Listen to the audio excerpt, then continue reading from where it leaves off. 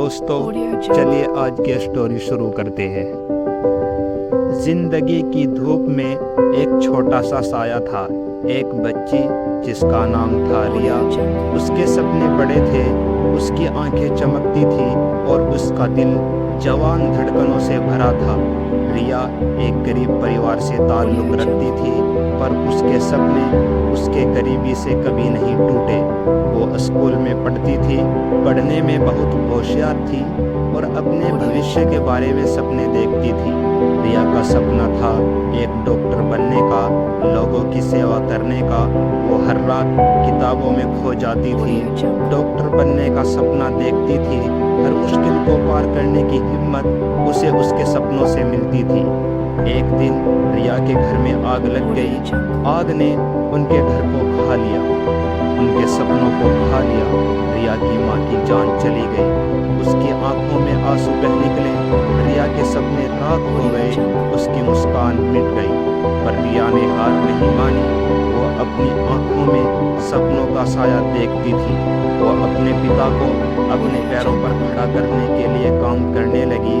अपने सपनों को जीवित रखने के लिए दिन रात काम करने के बाद रिया फिर से पढ़ने लगी, स्कूल जाना शुरू किया। वो अपने सपनों की दौड़ में आगे बढ़ती गई।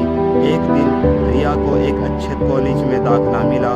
वो डॉक्टर बनने के अपने सपने को पूरा करने के लिए बहुत खुश थी, पर उसके पिता की बीमारी ने उसे फिर से झंझोड़ दिया। पिता की बीमारी को देखकर रिया की आंखों में फिर से आंसू आ गए। वो अपने पिता का इलाज करवाना चाहती थी, लेकिन उसकी जेब खाली थी। उसने अपने सपनों को फिर से छोड़ दिया अपने पिता का इलाज करने के लिए। रिया ने अपनी पढ़ाई छोड़ दी, पैसे कमाने लगी। उसने अपने पिता का इलाज कराया, उनकी देखभाल की। अंत में उसके पिता ठीक हो गए, लेकिन रिया का सपना टूट गया। अब वो एक डॉक्टर नहीं बन सकती थी। रिया ने अपने सपनों का साया कभी नहीं छोड़ा।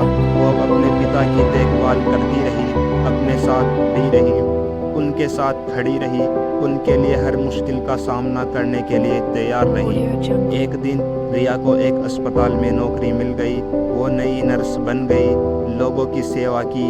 वो अपने सपनों को पूरा नहीं कर सकी, लेकिन वो अपने सपनों का साया लिए लोगों की मदद करने के लिए जीती रही। रिया की कहानी एक दर्दनाक कहानी है, एक सपनों का साया जो कभी गायब नहीं होता, जो हमेशा दिल में रहता है। अगर आपको ये स्टोरी अच्छी लगी तो हमारी वीडियो को लाइक करें और हमारे चैनल को सब्सक्राइब करें। और अगर आपको किसी भी टॉपिक पर स्टोरी चाहिए तो प्लीज़ हमको कमेंट्स में ज़रूर बताएं। धन्यवाद।